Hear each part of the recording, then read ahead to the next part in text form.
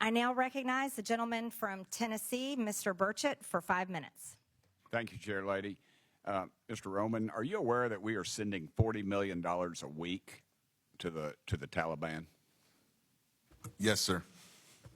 Can you name other instances of foreign aid going to terrorist organizations?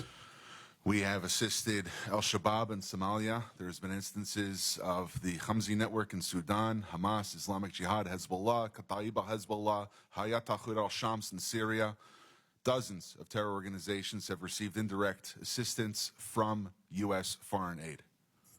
Could you elaborate a little bit on the mechanisms in place that are to stop foreign aid from going to terrorist groups, and why are they not working if we have any in place? Sure. And I would note that these are, you notice, these are terrorist weaponry. You see some AKs, SKSs, some snipers, some clips, some clip carriers, probably made in China, and I believe these are small landmines here beside right there. Let's use Gaza as our case study. $2.1 billion in American taxpayers' money to Gaza since October 7th when Hamas invaded southern Israel. USAID money was going in terms of an emergency use authorization to try to go to parties that USAID formerly had a relationship with in the Gaza Strip.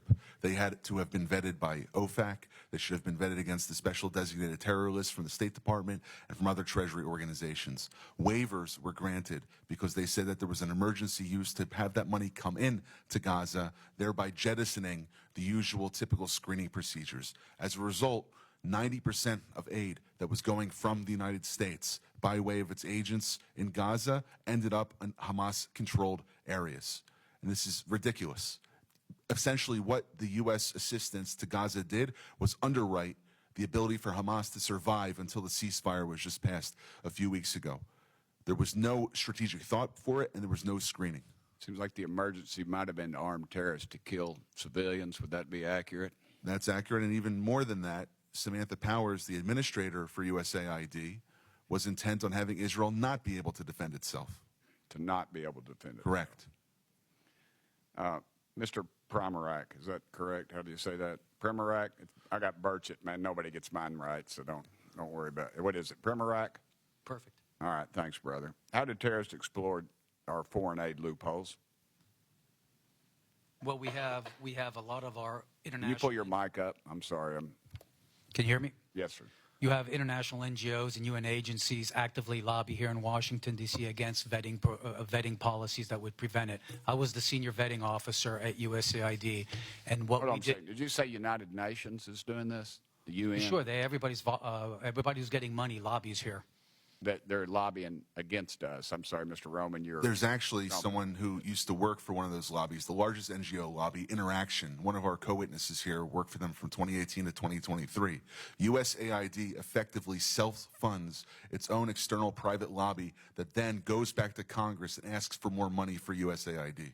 So the taxpayers fund this lobbyist who's working against American interests. Correct. Possibly killing our allies and possibly Americans. They bring together groups in Washington that overseas work with groups that kill Americans. Yeah, I don't need a flow chart to show that. I appreciate it. Do you think USAID programs have been aligned with the national security interests of the U.S.? No, they have not. They have actually helped China. Mr. Roman? No. Okay. How do these programs compromise our national security, Mr. Primorak? They actually push China. They actually push much of the world towards China on the green energy agenda.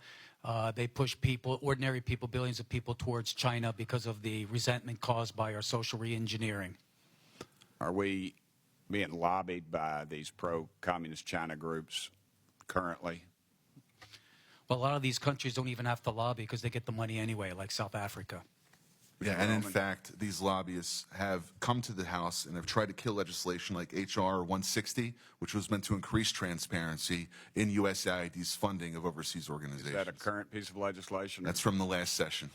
And give me that number again. H.R. 160. And what does it do? It was meant to give U.S. lawmakers the ability to have higher transparency in terror financing investigations aimed at scrutinizing extremist groups. Mr. Primorak? We had a regulation before we left in the last administration that anybody who touches money in countries where there's terrorists, those names have to go through databases, terrorist databases. That was overturned by Biden. Overturned by Biden.